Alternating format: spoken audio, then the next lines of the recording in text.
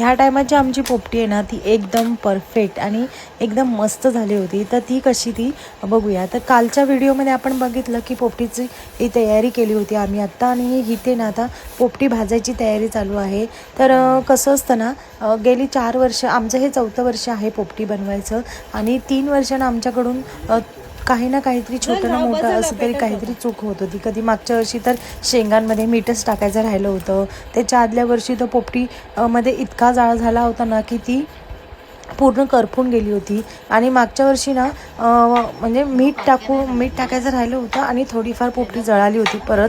पण ह्या वर्षी ना एकदम व्यवस्थित आम्ही जास्तीत जास्त ना 1 ते 2 वेळाच असा पेंडा आहे ना वरती टाकला. मागच्या टायमाला आम्ही फाटी वगैरे लावली होती, पण ह्या टायमाला आम्ही तसं केलं नाही. तर इथे बघू शकता आता पोपटी ना रेडी झालेली आहे. तर काय केलं माहिती का, खाली ना थोडीशी 2-3 फाटीचे तुकडे ठेवले आणि त्याच्यावरती ना मग पोपटीचा हा मटका ठेवला आणि मग वरून आपण पेंडा टाकत राहायचं.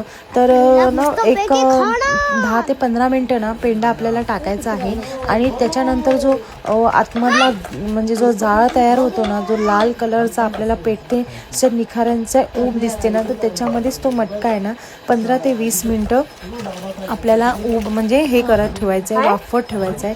आणि त्याच्यानंतर बघू शकता अशी पोपटी मग तयार होते. आणि आता गरमागरम पोपटीचा आम्ही आस्वाद घेणार आहोत. तर खूप छान खायला लागते आणि खूप मजासुद्धा येते खाताना.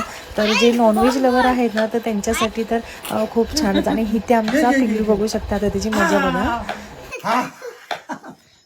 हात कसं चोळत आता असतो रात्री रडशील.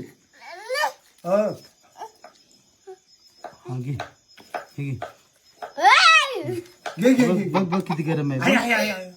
हा घे ठीक आहे. बॅटरी घे, बॅटरी घे, बॅटरी. तर तुम्ही ह्या सीझनमध्ये पोपटी खाल्ली आहे की नाही, खाल्ली नसेल तर नक्की एकदा ट्राय करून बघा, खूप भारी लागते. आणि म्हटलं आता हा मिनी ब्लॉग आपण आता इथेच एंड करूया आणि भेटूया मग अशाच नवीन व्हिडिओसोबत. तोपर्यंत बाय, टेक केअर.